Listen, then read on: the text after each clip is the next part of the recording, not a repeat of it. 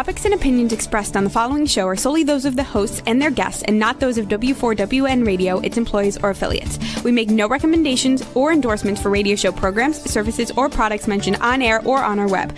No liability, explicit or implied, shall be extended to W4WN Radio, its employees, or affiliates. Any questions or comments should be directed to those show hosts. Thank you for choosing W4WN Radio. This is Beyond Confidence with your host, Divya Parekh. Do you want to live a more fulfilling life? Do you want to live your legacy and achieve your personal, professional, and financial goals? Well, coming up on Divya Parekh's Beyond Confidence, you will hear real stories of leaders, entrepreneurs, and achievers who have stepped into discomfort, shattered their status quo, and are living the life they want. You will learn how relationships are the key to achieving your aspirations and financial goals. Moving your career or business forward does not have to happen at the expense of your personal or family life, or vice versa. Learn more at www.divyaparekh.com, and you can connect with Divya at contact@divyaparekh.com. This is Beyond Confidence, and now here's your host, Divya Parekh. Good morning, listeners. It's Tuesday morning, and it's great to be here with you all. So,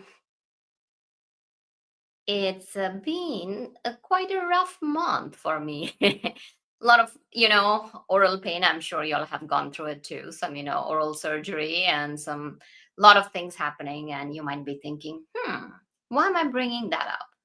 So what I want to share with you is that while I was kind of going through that, and there was this wonderful dental assistant and the dentist, contrary to, I know most of us don't like going to the dentist, very kind and very nice. So the idea is that, it's not just you can be kind while going out of the way, you can be kind while doing your job and bringing that kindness over there.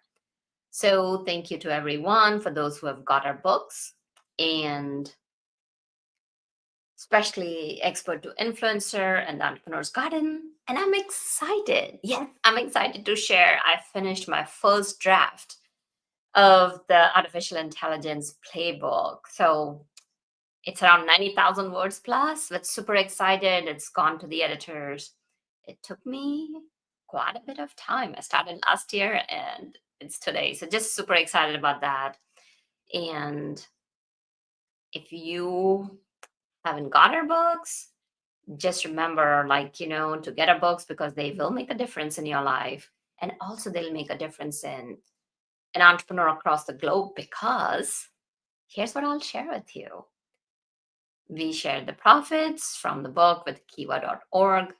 So help us help the entrepreneurs. Let's bring in our guest. Welcome, Mike.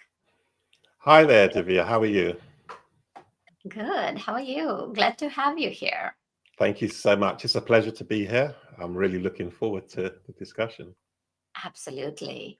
So, Mike, do you recall a moment when somebody left a positive mark on you, or, an event that happened in your life that stands out today as a positive, memorable moment? Certainly, yeah, there's quite a few, but I think one of the most memorable moments was being mentored and coached for a year by a very senior executive in one of the previous companies I've worked in. And just watching him for a year and taking his guidance has really shaped my own career. So anytime I look back at what I've achieved, I look back at that particular moment, which was really special for me. And so many times we underplay the influence of our just being present. And you are saying that, just watching someone, shadowing them has guided your life. So tell us, I'm sure, you come across this, and, we all have that self-doubt and all that.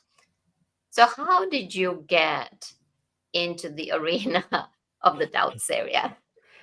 Yeah, it really, one of the things I recognize, particularly as I was in my early career as a manager and a senior manager, I always recognized these moments of fear and anxiety I had when it either came to presenting at a meeting or speaking to a senior leader. I was selected by the company at the time. I used to work for HP, and I was selected on what was known as their accelerated development program for high potential performers.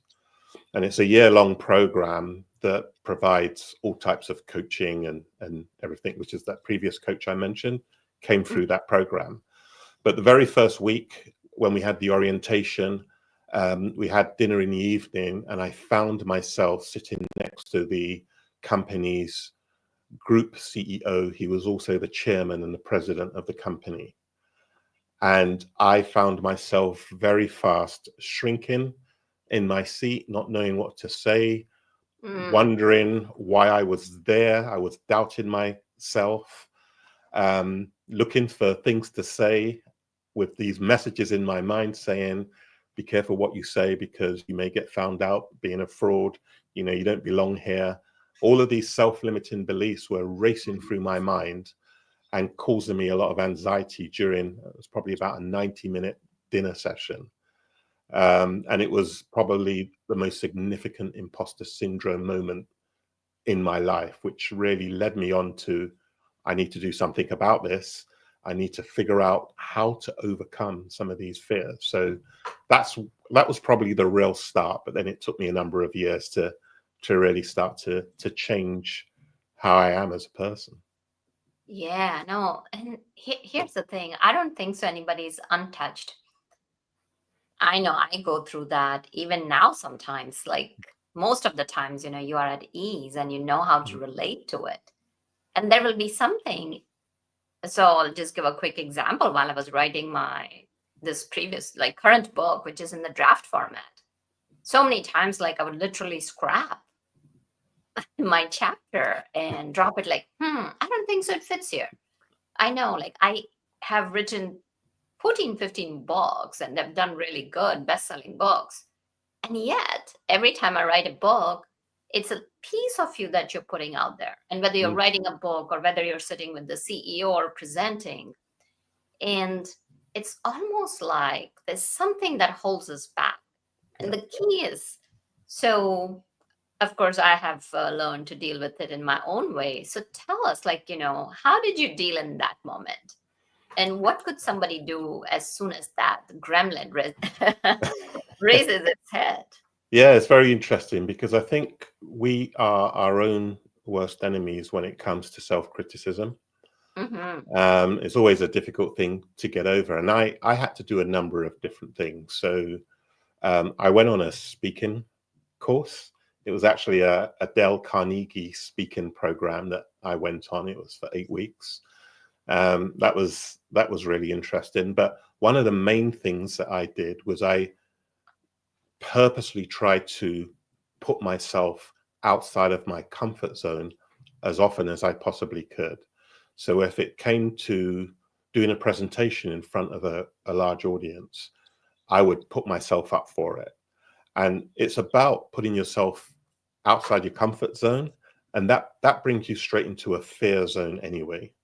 So it's how you deal with that when you're in that fear zone. And if you can push through the fear zone, you get into a learning and a growth zone. If you can't, you easily retreat back into your comfort zone where everything is, what you're familiar with. So there was a number of different things that I could do over the years. But, for anybody else who are doubting themselves or limiting their beliefs, they just need to think about, well, what are the things that you've achieved? It's almost like looking at your confidence bank. It's coming up with a number of things that you have been successful at in the past and you have achieved, and then keep telling yourself with positive affirmations that you can do this, you've got this, you've done these things in the past. So you have that confidence to push forward. Absolutely. That's such a good point that you mentioned, and exposure therapy that has been known to it's we all have fears, and folks, if you don't have it, kudos to you, you're blessed. But I haven't come across anyone, like, I still remember reading, like, so many, I forget who it was Angela Merkel, Germany's chancellor, that I had read something about her. She said that, like, even after being the chancellor, like twice or thrice, that whenever she went, she over prepared. So we all have that. That's basically, so one thing, like, a lot of people think that, oh, how could I have this self-doubt, or how could I have this limiting belief? So can you share, like, how can we let our audience know that it is very normal to feel and it's okay? Yeah, absolutely. And just coming back to what you said earlier on, I mean, absolutely everybody at some time in their life will have imposter syndrome, and some will get it quite regularly, and it just depends on, the situation you find yourself in. Normally when it's in unfamiliar territory that you find yourself in, that's when this comes up. But the way to get through it is to just have these self affirmations. Just say to yourself, why you're there. Like if you're at a meeting, for example, rather than questioning, do you belong there? Just say, I know I belong there because there is value that I know I'm bringing. When I was on this accelerated development program, I was chosen on merit because of my previous performances. But I didn't say to myself, look, I deserve to be here, and I've proved it through performance. People are recognizing that performance. So for anybody who is out there, you have to look at those things that, look at where your strengths are and where you have things that you need to improve on. Don't just say, I can't do this, or don't say, this is not for me. It could be, I can't do this yet. Or, just set yourself some small goals that will help you to get to where you need to. So if you're trying to learn a new skill, for example, that you don't have in place yet, just through practice and determination, you can get there. And it goes for anything, any situation. You can learn how to, develop that strength within you. And it might be just an internal strength that you're looking for. It might be a physical skill. But, with practice and determination and the power of positive thought, having that what's known as a growth mindset, that will really, believe it or not, that will get you to where you need to get to. Absolutely. So some of our audience may be thinking like, I've heard about self-doubt, but maybe they're listening about the imposter syndrome for the first time. So can you tell, like, sometimes what happens is that little angst before speaking is good because, it keeps you alert. But how can they tell the difference if they do have the imposter syndrome or if they don't? Well, certainly imposter syndrome will, you can tell if you've got imposter syndrome because you start to already question whether you can do something or not. You start to add these self-limiting beliefs that, oh, I don't feel ready, or I don't feel like I'm good enough. And you end up doing things like comparing yourself to other people who you may view as somebody who is a lot more capable than you are. So you're doing all of these things, you're comparing yourself to others, you're limiting your own beliefs. That's really imposter syndrome really playing out in its strongest way. So someone who does not have imposter syndrome, and I do add that everybody has at some stage, even the most successful CEOs and sportsmen of the world have it. It's just about really looking, as I mentioned earlier on, at the things that you have achieved in the past, or just having that growth mindset that says, every opportunity is a learning and a growth opportunity for you. So you can get better at something until, it becomes almost normal behavior for you. So, yeah. Yeah, no, that's a really good point. And I want to go back to what you had said that you felt like a fraud. And that, like, they feel like a fake. They feel like I'm not good enough. So these are like, the key things also to know, like, besides what you have showed, that you are experiencing imposter syndrome to some extent. And one thing is to like also to know that it's completely okay, like you said, that CEOs are experiencing. And so many times what happens is that when people receive compliments, it's almost like, oh, you know what, fine, I'm getting this positive comment, but next time I might get found out, and they're not taking that compliment. What could they do in that moment? I would say take that compliment and celebrate it. Also make a note of it, because the more compliments that you receive, the more moments of recognition and praise that you receive are really helping you to increase your confidence. Now, many people may get praise and confidence and things like that, and then forget about it and move on. And then they completely forget about those things because they're only looking at the here and now. But it's always good to look back at the things that you have done, the praise that you have received, the recognition that you've received in the past. It's almost like building that up as I would call it a brag file or a confidence bank to always help you moving forward. These little things will make such a significant difference. And, coming back to you saying earlier on about the imposter syndrome that everybody gets, sometimes that starts as early as childhood. It starts maybe at school. If your homework was wrong and you had a big red F put across it. Some of these things do, I guess, affect people for quite some time, or being told you can't have something by your parents. It's almost like we're brought up in a world that really does not accept failure, although everybody fails, right? But failure is almost something that you cannot do. It's wrong. But you can learn from failure. Failure is not the opposite of success, is one of the things I always say. It's actually a prerequisite of success. It is that point when you've failed at doing something is a learning opportunity for you to look at, okay, well, I failed this time. What can I do differently for next time to be successful next time?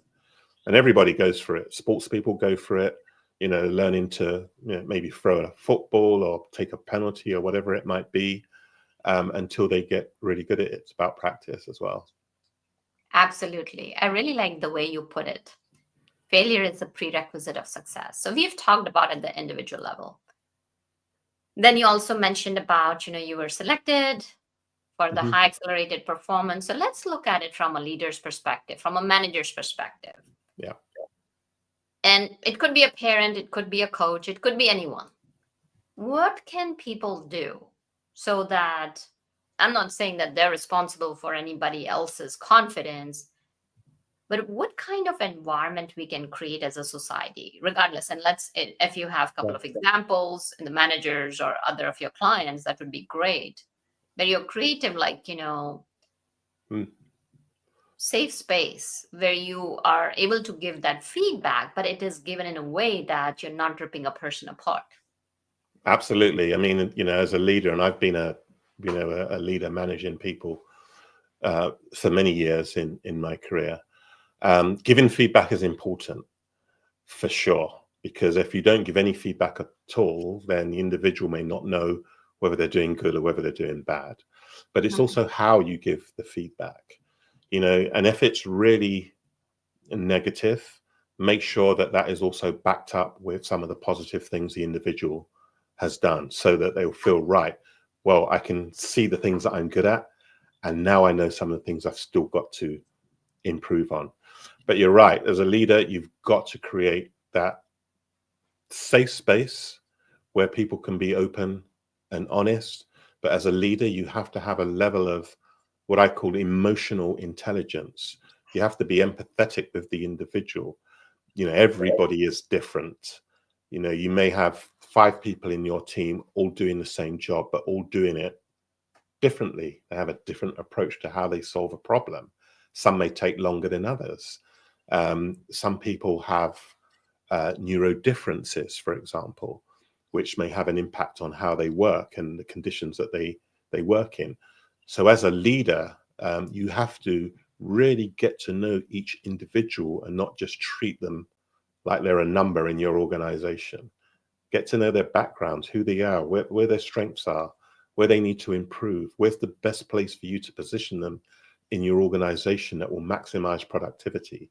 So all of these things will, are what I say good leaders should be doing, because there's a lot, unfortunately, that don't. But I think as well, having what I call a continuous learning mindset is also very, very key to anybody. There's a lot of people that may come out of college and university and think, wow, 4 or 5 years in education, I'm done with it now. But to be honest, that's only the beginning. It's only the beginning. And you just have to keep learning and moving forward. And that's how you can remain, more confident in your own abilities and have that growth mindset, as opposed to having what's known as a fixed mindset. Absolutely. Learning never stops. Yeah. So do you have a couple of experiences from your personal leadership, whether you were either on the receiving end or on the giving end of a good constructive feedback? Yeah, I mean, I can do both. I can take you back to a story when I used to work for HP as a manager, and we were going through this huge change with our call centers, and one of my managers who reported to me was running that particular project, and she had said, like, we're ready, to go live, and I said, right, have you checked everything and done everything you've needed to do? And it was all, yep, we're confident, we're good to go. I flicked the switch and, turned on that new system, and it fell down immediately, causing so many issues with customers not being able to get through and having, a major impact to, customers and their equipment not being fixed. I had, from my own peers, people having a go at me because it had gone wrong and it had affected their client base without them even understanding what went wrong and why it went wrong. It was just my fault. You're the responsible person for screwing everything up. Okay. I took that on the chin. The individual was, distraught. She was really concerned. And I said to her, listen, this is a learning experience. Don't worry. What we need to do as quickly as possible is get this fixed and turned around. That's the most important thing first. We can talk about everything afterwards. But I said to her, listen, I trust you and I trust we'll get this right. And just simple words like that can make a significant difference to an individual. It could be the difference between breaking someone's career or breaking their confidence completely, to giving them hope, knowing that, it's a learning opportunity. They'll get it right next time. She turned out to be an amazing manager going forward. And it's funny. It's a really strange thing, because I only spoke to her 2 weeks ago. I've not, seen her for a long time. But she actually said to me, the way that she manages her team was the way I used to manage her. Which is, for me, it's always great to hear things like that. So there's always a good way, I think, and a bad way to manage. And sometimes it's a thin line. Oh, that's beautiful, Mike. Telling her, I trust you to do it right. It's so powerful, because I have quite a few clients who come to me and will say that they're in the new job, they're doing really well. And then they're still feeling this imposter syndrome. Yeah. Because of a previous toxic boss. I mean, who had just kind of ripped them apart. And so how can leaders be cognizant that in the moment, right? I loved what you shared, that I trust you. I know you will get it right. Let's focus on turning the situation, making sure that we can fix it. And then we will talk about it later. So taking that pressure away from her. How can leaders be cognizant of that, of their influence? Yeah, that's a very good question, actually, because, leaders, they're all different. Yeah. Some of them are working under extreme pressure. They have to deliver results themselves, and maybe that's the only thing that they're focused on.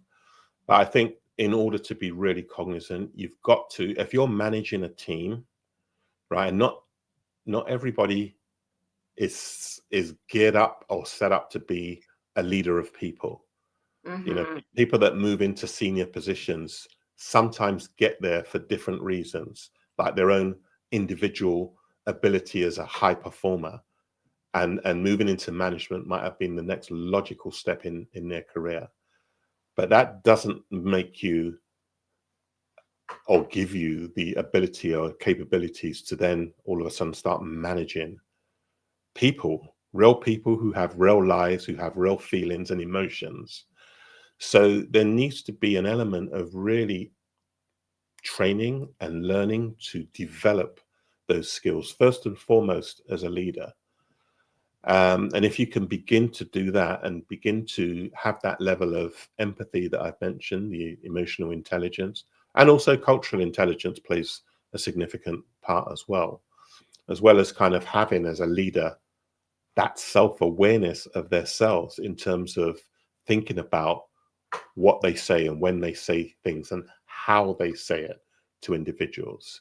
I think they have to be aware of how they're making people feel when they're when they're talking to someone, and if they're trying to throw somebody under a bus or really giving them a good telling off, I would reflect on that. I would think, they need to think, okay, what good did that do?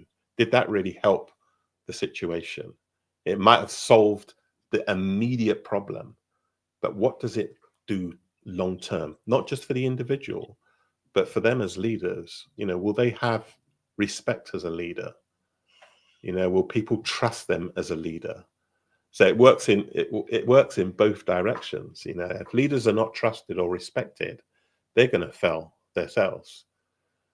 So you have to really build this level of trust, teamwork, collaboration when you're managing a team. But the trust factor is the most important, because it will make people in your team feel that they can do things, they can make mistakes, and not be punished for it. Allow them to be a little bit more autonomous in their working. If they don't have that, then it's very difficult to manage any team anywhere. Yeah, very true, very true. And it's having that emotional intelligence along with a lot of self-awareness. So you mentioned a couple of really good things that, which kind of brings me to succession planning, as you mentioned about, like, training those leaders. Just because somebody has done a good performance, and that's the case, like, there are high performers, natural progression is you become manager to, the whole trajectory up to C-suite. But Mm. then where is the training? So as the companies are planning about succession planning, do you have one of the experiences to share where, it was done in a very good way, that you were building not only top down, Mm. but Yeah, as well where you're having, like, good leader after good leader after good leader. I saw that most when I was at HP, coming off the accelerated development program. They had really great training programs for developing people. Mm, It was the culture of the company. mm, But I have worked in many other companies where you do not always see that level of management training. When someone becomes a manager, they're more focused on the business, they're more focused on the revenues and the costs and all of mhm, those drivers, but they're not really focused on what's known as the softer skills in terms of actually, leading people and managing people in the right way. It's almost like they're expected that that's a given. They know how to do this stuff and they'll get on and do it. And I think that's where a lot of organizations, unfortunately, do fall down, because that level of expectation that they can do the job is where the big mistakes are being made. So there yeah, needs to be a level of effort just to encourage managers as well, and they need help. They, a lot of them do need help. You can't blame them if they're not being given the right level of coaching and training along the way to become better managers, and putting them under pressure with, tight deadlines and targets and all of those things certainly doesn't help as well, because what it does is it drives a particular type of behavior in individuals, and if you're being rewarded for achieving financial targets, the place that you're going to focus is on those financial targets and hitting those numbers. You're not going to worry about anything else. Yeah. So that's what the challenge is there. And so given, let's say you have brought a very realistic problem, that the focus is on results, the focus is on the bottom line. So given that there may be companies who are startup and they may not have the budgets, on one hand, they're getting ready to lay off people. So given all the difficult circumstances, what's the minimal any organization or the top leader could do that could help the middle to senior managers lead the way? First of all is trust. You have to trust that if you've got a set of middle managers that you've charged to help drive the business, you've got to understand where they are in their journeys. What are their strengths? What do they need to focus on to maximize their overall potential as leaders? And I think that's important. And, sometimes that could be as significant as sending them off to business school, or it could be, just running some facilitated workshops to tackle, specific topics, for example. But it's ensuring that there is that awareness and that level of education and training that is applied, rather than a blanket, hey, we're going to do this training and it's going to apply to everybody. It may not be required by everybody. So you've really got to get into where you're having those performance and discussions and evaluations with those managers. That is a point to understand, right, from a development perspective, where can we maximize? Where can we help you? What do you need to strengthen your skills? Rather than just talking about the performance objectives, you've got to talk about their development objectives as well, and ensuring that, you are investing in them as individuals. I came through my careers with so many companies that had a policy of saying people are our most important asset. Right. And you didn't always see that play out in an organization, unfortunately. But if people are the most important asset of a company, these are some of the basic things that you need to be doing.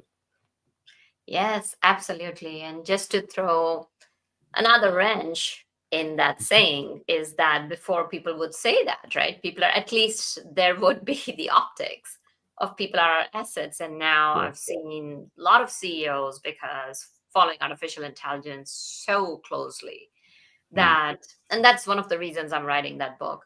Like, so many CEOs are just coming out and saying that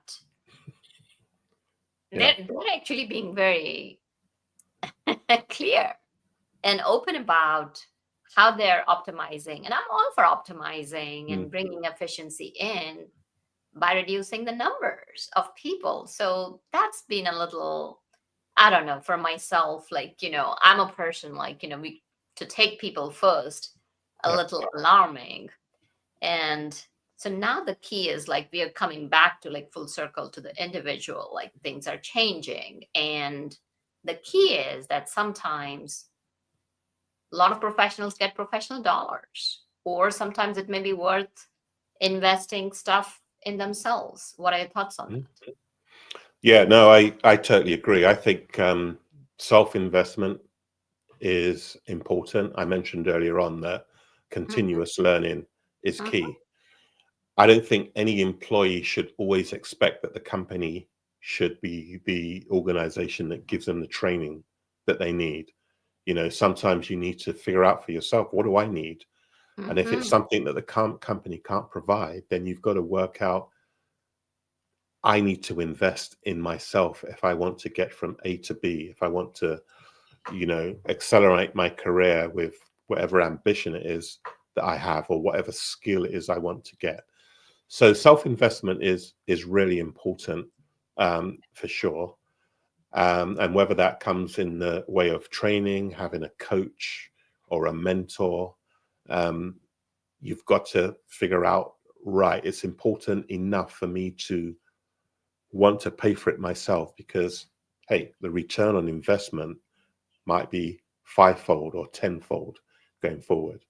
Most people, when they think about self-investment, the first thing they look at is the cost. Yeah. They're not really looking at the outcome and what that can bring you, and what then the return on investment is. They look initially at what the initial outlay is, right? And sometimes it can be a little bit restrictive for people. But if you look at, well, what will the real outcomes be, and how will I benefit from that? Then they may realize that, wow, this could be a significant investment, a worthwhile investment to do. Absolutely. Yeah. So you have given some very powerful nuggets, for people to implement in their lives. And I'm sure, some of our listeners are thinking like, okay, how can I contact Mike? Where can I connect with him? Any Yeah. books? So, and what kind of coaching do you provide? So would love to hear about that. Yeah. So I've written 3 books. 2 of the most relevant ones to the conversation we have had. One of them is called Leadership in Action. It's a handbook, really, but it provides 50 hacks that you can do as a leader to increase your overall experience and your inclusive leadership skills going forward. The other book is called Mindset Unlocked. This is the one that helps people who have all of these self-doubt, self-limiting beliefs. It talks about having a growth mindset and becoming a lot more positive. And it's filled with some case studies. It's filled with some of my own personal experiences, like the one I mentioned earlier on. But some of the case studies are really important, both with companies and with individuals. I've got, people like Maya Angelou and Serena Williams and Albert Einstein, who have all said that they have suffered from imposter syndrome. Yeah. So it's a great book to actually read. And at the final chapter, I give 10 essential tips for achieving and maintaining a growth mindset. These books are available on Amazon. But in addition to that, as I mentioned, I do coaching and also some leadership training as well. You can reach me out on my LinkedIn profile or my website, which hopefully you'll show what that is. But yeah, I don't mind anybody reaching out to me on LinkedIn and connecting, and if they want help or advice, or just want to learn more about my services and what I do, I can always set up a discovery call and spend time talking to an individual about what I can do and figuring out whether I can actually help them. Because I'm not saying I can always help every individual, but for this type of thing, I'm pretty sure I can. So yeah. Absolutely. And would you be open to spelling out your website? Yeah. The website is www.zinc, which is spelled X-INC.global, GLOBAL, and that's it. Yeah, there is across the ticker right there now. So yeah. So any other thoughts before we wrap up? Yeah, I mean, this has been a great conversation, and as I'd love to say to your listeners, look, if you ever do have these feelings of imposter syndrome or you're lacking in confidence, first and foremost, you are not alone. There are so many people who are in the same situation as you. But don't be too hard on yourself. These are things that you can overcome quite comfortably, whether that's with help, whether that's reading a book, whether that's talking to friends and people that you trust. But really take time to kind of reflect on what you can do and where you're stuck and how you can get out of it. It's never always that bad. There's always a solution, is what I would say. So yeah. Well, thank you for joining us, Mike. And we wish you all the best in your next endeavors. Thank you, listeners, for being part Thank of you the so much. show, because you are the life and blood of this. We appreciate you, and let us know how we can serve and support you. Thank you, Juan, for making the show technically possible. I will see you next time. Take care. Thank you for being part of Beyond Confidence with your host, Divya Parekh. We hope you have learned more about how to start living the life you want. Each week on Beyond Confidence, you hear stories of real people who have experienced growth by overcoming their fears and building meaningful relationships. During Beyond Confidence, Divya Parekh shares what happened to her when she stepped out of her comfort zone to work directly with people across the globe. She not only coaches people how to form heart connections, but also transform relationships to mutually beneficial partnerships as they strive to live the life they want. If you are ready to live the life you want and leverage your strengths, learn more at www.divyaparekh.com. And you can connect with Divya at contact@divyaparekh.com. We look forward to you joining us next week.